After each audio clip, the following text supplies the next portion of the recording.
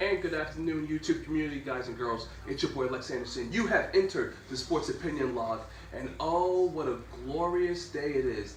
Not only is it Sunday, but hey, just last week, the NBA season started. Lonzo Ball, the Lakers, shout out to Laker Nation, all day, every day, 24/7, you heard? That's how I do.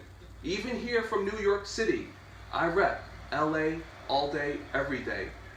It don't ever stop. So special shout out to Laker Nation, tip of the cap to y'all out there. Okay, so let's just stick with the main points right now. Gordon Hayward, done for the season. Horrific ankle injury.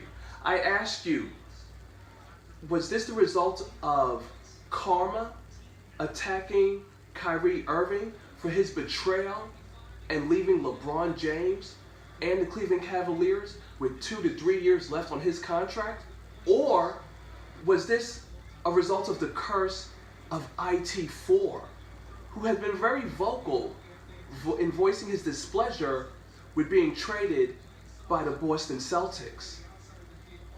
Because my concern is that Danny Ainge, when he made the comment about how it's a business and IT4 should be happy that he was even given that opportunity to be trade bait. So basically you have Master telling his slave, hey boy, you would have been an all-star or even a valuable trade piece if we didn't put you on the field and make you a starter.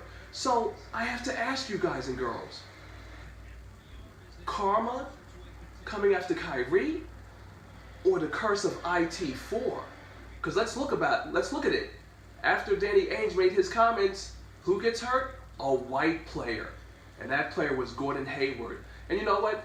As bad as the injury is, I am still going to say F Boston, F the Celtics, F the organization, and F the fans. Because I ain't got no love for Boston. Okay, so as horrific as it was, you know, I saw a post with Kobe reaching out to him about a journey and appreciating the little things in life. That's nice because Kobe's a retired player. So the living legend Kobe Bryant gets a pass. But me as Lex Anderson of the Sports Opinion Log, I have no pity or empathy for Boston and what they're going through.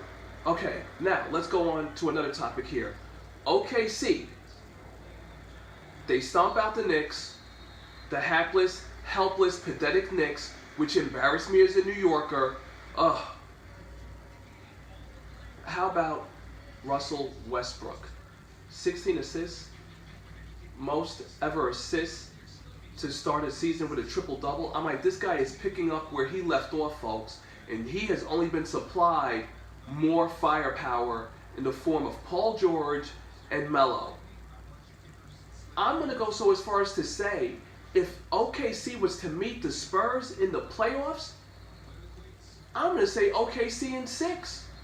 And yeah, there might be some bias as I'm wearing a Laker jersey and I'm repping Laker Nation, but from what my eyes saw already in this very early, very young season, is that OKC looks to be a problem. They are a legit big three out there, folks. So, again, tip of the hat to Russell Westbrook for doing his thing and starting the season with a triple-double. I'm like, if we thought he was exciting last year, folks, I can only imagine what this season is going to hold. Now, on to some other minor little topics.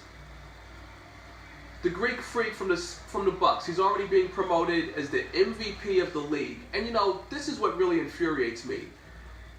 Back in the days, back when Jordan played, being declared MVP would have to develop over the course of a season.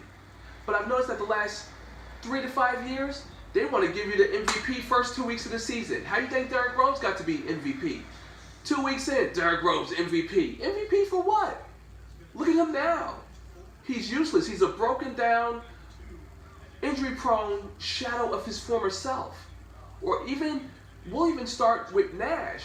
When Nash had won 2 MVPs for whatever reason, they weren't deserved, but it was propaganda, it was the fans, it was the organization and the NBA media that pushes these MVPs. Westbrook, hands down, deserved his MVP. But I'm just simply saying the Greek Freak lost a game to the Cavs. In order to stand out, you have to beat these teams to say, hey, you know what? You know what, old generation? I'm the new generation. We're a force to be reckoned with. And as long as the Bucks keep losing to the Cavs, I can't label the Greek Freak as being MVP. Go out west, where you have to take on the Spurs, the Grizzlies, the Mavericks, the Warriors, the Lakers, the Clippers. Go on a 6-game West Coast road game and come back over 500, and then I'll see how I feel about the Greek Freak being labeled an MVP. So folks, let's not, be blinded by the smoke and mirrors, okay? Because that's what the NBA loves to give us now with this MVP push that they start, before, like I'm saying, before it was 2 weeks in, now they're doing it like the first week of the regular season. Like that's unfathomable. It's incomprehensible. It makes no sense. The season has to play out. You push for your MVPs heading into the All-Star break, which is the way it used to be done. Anyway, the Warriors got their rings. They lost to the Houston Rockets, who I said would get stomped out. And you know what? Shame on me. Usually when teams get their rings, their championship rings, they usually lose that game to start the season. So I thought that the Warriors would hold me down, but obviously they didn't. But, I can no longer call KD Mr. Unreliable. I can no longer call Klay Thompson when he's having a bad shooting night. These guys are two-time NBA champions winning the last 3 seasons, so I will show them the proper respect that they deserve. And what else is going on in the NBA? Well, that's it for now. That's all I've got off the top of my dome. I'm not going to really do NBA scores and stuff like that. It's just going to be NBA situations. Oh, speaking of NBA situations, the Spurs extend LaMarcus Aldridge's contract for 3 years at $72.5 million. And my question is, why? As a Laker fan, don't get me wrong, I don't really care. But LaMarcus Aldridge has clearly shown that he's not a superstar. Yeah, he's legit NBA All-Star, but that's about it. You're not going to get a superstar game out of him in the postseason to help deliver the Spurs to the promised land, which would be to the NBA Finals and winning a championship. Tim Duncan is gone. So shout out to the Spurs. Congratulations on re-signing a perennial loser who has shown that he doesn't come up big in key moments. Just like in last year's playoff game, yeah, he dropped, I think, 6 or 8 points. So if you feel that that's worth $73 million for the next 3 seasons, good luck with that. I'm not going to label him as a bust, but, well, we know who the real bust is. The real bust is Embiid. And potentially Wiggins, because him being given that money makes no sense. You don't just give $148 million to somebody who averages 22 to 24 points a game. That makes no sense. But whatever, I'm not the general manager. I'm not signing these players. I'm just the sports fan talking about it. And with that, this video has come to an end. I thank you all very much for tuning in, guys and girls of the YouTube community. Taking the time out of your busy days. Hit your boy with a like. Let me know how I'm doing. Drop a comment below. And don't let the journey into the sports opinion log end just here with this video. Press that subscribe button on the right. That way you can stay updated and in the know of what I have to talk about regarding the NBA, the NFL.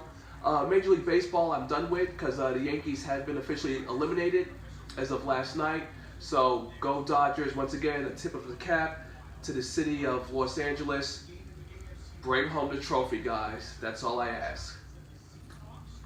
And speaking of ask, all videos are sponsored by my hair company at Celebrity Hair Core. Just hit that snap code at the end of the video, or go to celebrityhaircore.com for grade 8A virgin human hair extensions. You pay no tax and you get free DHL express shipping on all orders, courtesy of your boy Lex Anderson. And speaking of courtesy, I am proud to announce my women's graphic t-shirt line under Freckles and Dimples, a subsidiary of Celebrity Haircore. Check us out on Instagram, where you can pre-order your Freckles and Dimples graphic t-shirts. But there'll be more on that in future videos. That's all I've got for today. Shout out Laker Nation. It's your boy Lex Anderson. And with a tip of the cap, or the cap is now in my hand, I'm signing out.